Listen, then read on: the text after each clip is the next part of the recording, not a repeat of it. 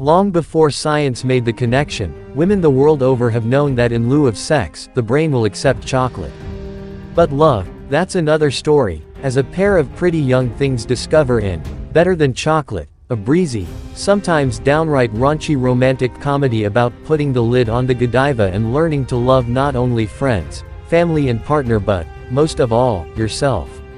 Directed by Ann Wheeler and written by co-producer Peggy Thompson, this Canadian ensemble piece takes many of its cues from The Birdcage, except that Wheeler's tone is more affectionate than farcical, and in this case, the lovebirds are a couple of foxy young lesbians. Maggie, Karyn Dwyer, an angelic performance artist with a halo of curly ginger-colored hair, is instantly smitten by Christina Cox, a blonde portrait painter who rescues her from a gang of skinheads. The two can hardly keep their hands off each other until Maggie's distraught suburban mom, Lila, Wendy Crewson, and her 17-year-old brother, Kevin Mundy, show up at her doorstep. Lila has left her cheating husband, so she and Paul have nowhere else to go. Maggie hasn't told her family about her sexual orientation and fears they'll discover her secret, never mind the many battery-operated erotic devices a friend has stored in the apartment. With this setup, hijinks should ensue, but they don't.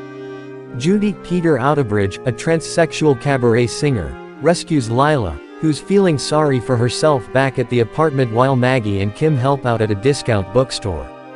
Bearing flowers, wine in a soothing manner, Judy pays a visit to Lila, who is thrilled to meet such an elegant woman and one with whom she has so much in common. In no time, the two are sharing decorating tips and cocktail hours. Lila doesn't notice Judy's Adam's apple or her manly hands. And that's not all she's oblivious to.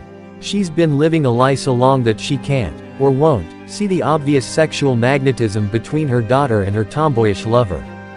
Judy helps her escape from her rigid, now worthless dreams, and in so doing Lila gains the acceptance she has always longed for.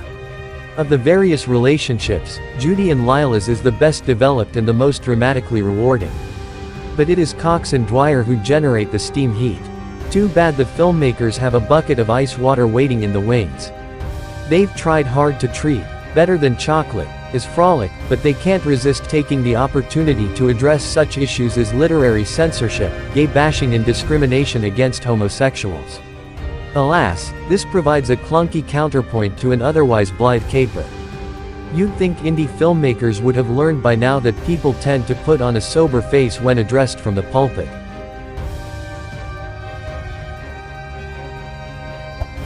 Like, share and subscribe.